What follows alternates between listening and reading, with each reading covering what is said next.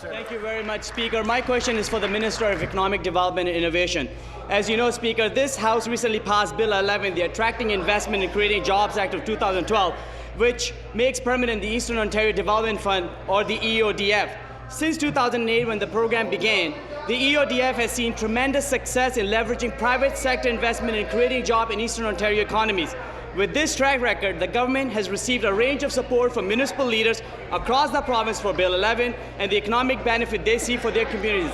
In fact, Speaker, the City of Ottawa recently passed a motion calling for all provincial parties to support this bill, and it's a shame the official opposition did not.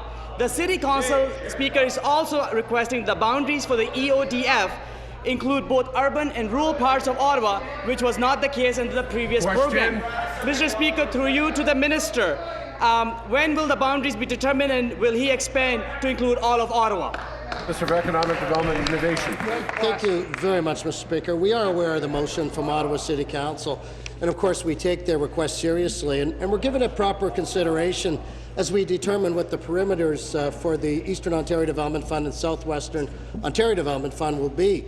Speaker, the Eastern Ontario Development Fund has been a great success. To date, we've invested $57.7 million to leverage $595 million of private sector investment. Mr. Speaker, that's over a 10-to-1 private sector leverage ratio. This fund has created and retained over 13,200 jobs in Eastern Ontario. And so we plan to apply that success, the success we've seen in Eastern Ontario, to Southwestern Ontario's Development Fund. We're working hard to get these programs up and running, get the funds flowing to communities and worthy businesses, and create much-needed jobs in Eastern and Southwestern Ontario. Thank you. Supplementary. Thank you, Speaker. I'm glad to know that the investment we have made in this program has proven to be such a success, and I sincerely hope that the Minister will strongly consider the request of the City of Ottawa to include all of Ottawa within the parameters of the fund. As the MPP for Ottawa Centre, Speaker, I hope that my constituents and businesses will have the same opportunity to grow our regional economy and create jobs that has been available outside of Ottawa since 2008.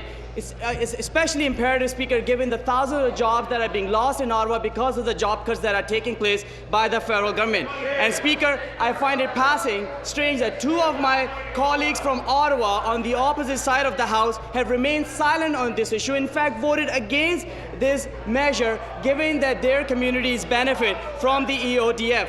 Speaker, through you, back to the Minister of Economic Development and Innovation, why did it take so long to pass Bill 11? Minister. Speaker, the fact is, it really didn't have to take this long, and it shouldn't have. Look, this legislation was introduced for third reading at the beginning of May. It had a total of 7.5 hours of debate. It was one thing, Mr. Speaker, for the PCs to oppose the fund. They have that right. But it was quite another, Mr. Speaker, for them to deliberately delay this money that could have been flowing into Eastern Ontario and Southwestern Ontario this summer was delayed needlessly. Mr. Speaker, even the opposition members from the Ottawa region failed to speak out when they should have for jobs in their community.